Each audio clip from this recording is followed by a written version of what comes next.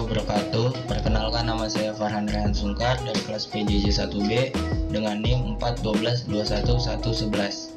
Saya akan menjelaskan tentang alat ukur tanah yaitu teodolit.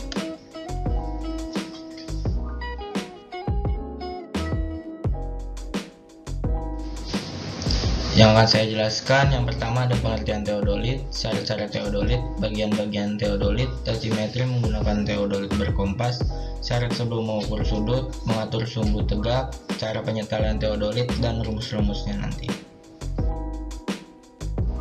Pengertian teodolit. Teodolit adalah salah satu alat ukur tanah yang digunakan untuk menentukan tinggi tanah dengan sudut mendatar dan sudut tegak.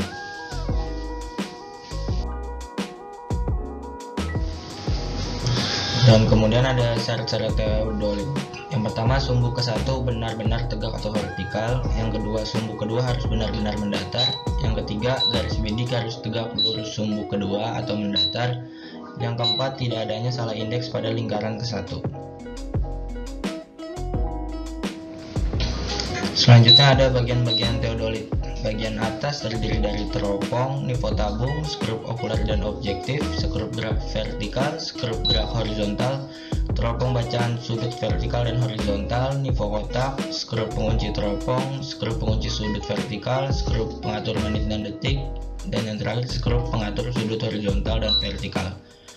Bagian bawah terdiri dari statif, 3 skrup penyetel nivoo kotak, unting-unting, skrup repetis, skrup pengunci pesawat dengan statif.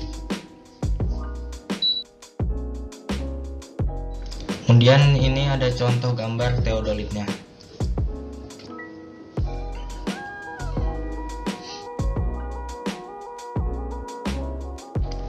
Selanjutnya ada tachymetry menggunakan teodolit berkompas. Yang pertama, penyiapan alat ukur teodolit, titik ikat, dan penempatan rambu di titik bidik. Yang kedua, setelah alat siap untuk pengukuran, dimulai dengan perekaman data di tempat alat berdiri, membidikkan ke rambu ukur, pengamatan azimut dan pencatatan data di rambu BT, BA, BB, serta sudut miring M.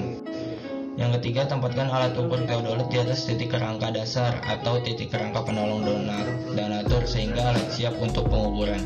Ukur dan catat tinggi alat di atas titik ini. Yang keempat, dirikan rambu di atas titik bidik dan tegakkan rambu dengan bantuan nivoo kotak. Yang kelima, arahkan teropong ke rambu ukur sehingga bayangan tegak garis diafragma berlimpit dengan garis tengah rambu. Kemudian kencangkan kunci gerakan mendatar teropong. Yang keenam, kendorkan kunci jarum magnet sehingga jarum bergerak bebas. Yang ketujuh, setelah jarum timbang tidak bergerak, baca dan catat azimut magnetis dari tempat alat ke titik bidik. Yang terakhir, kencangkan kunci gerakan tegak teropong, kemudian baca bacaan benang tengah atas dan bawah serta catat dalam buku ukur.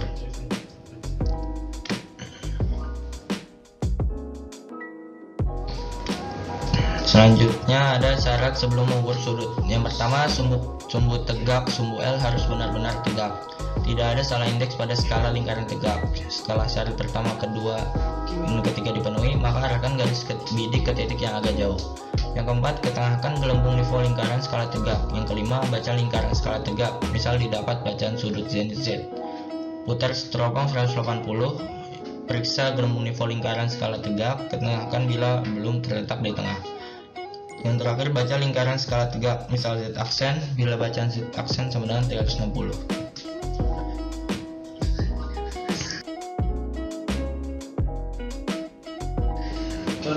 Kemudian ada cara mengatur sumbu tegak.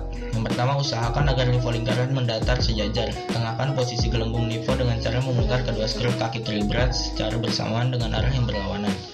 Setelah keadaan gelembung nivoo berada di tengah, maka putar teodolit 90 derajat gelembung nivoo dengan hanya memutar skrup kaki tribrat yang ketiga. Kemudian kembalikan kedudukan semula. Selanjutnya, tengahkan kembali posisi nivoo apabila gelembung nivoo belum berada di tengah. Kemudian putar teodolit 180 derajat. Yang selanjutnya, kedudukan nivoo yang sejajar dengan skrup kaki kiap 1 dan 2. Bila garis arah nivoo tegak lurus dengan sumbu tegak, maka gelembung nivoo akan tetap berada di tengah.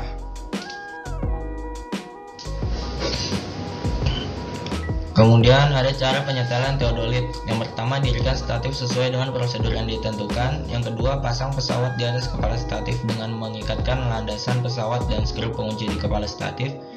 Yang ketiga, setel nivoo kotak dengan cara putar skrup A, B, secara bersama skrup C.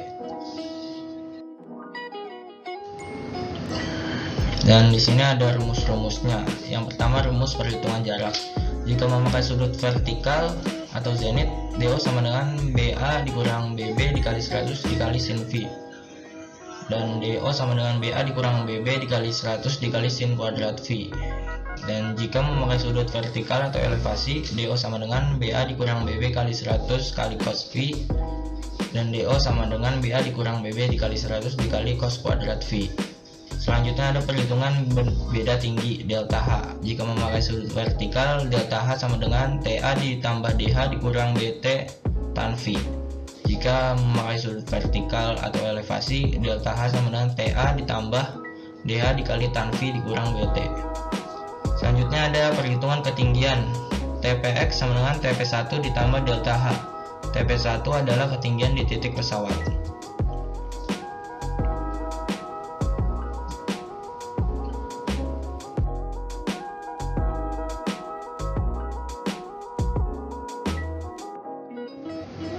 Sekian yang bisa saya sampaikan, kurang lebihnya mohon maaf. Wassalamualaikum warahmatullahi wabarakatuh.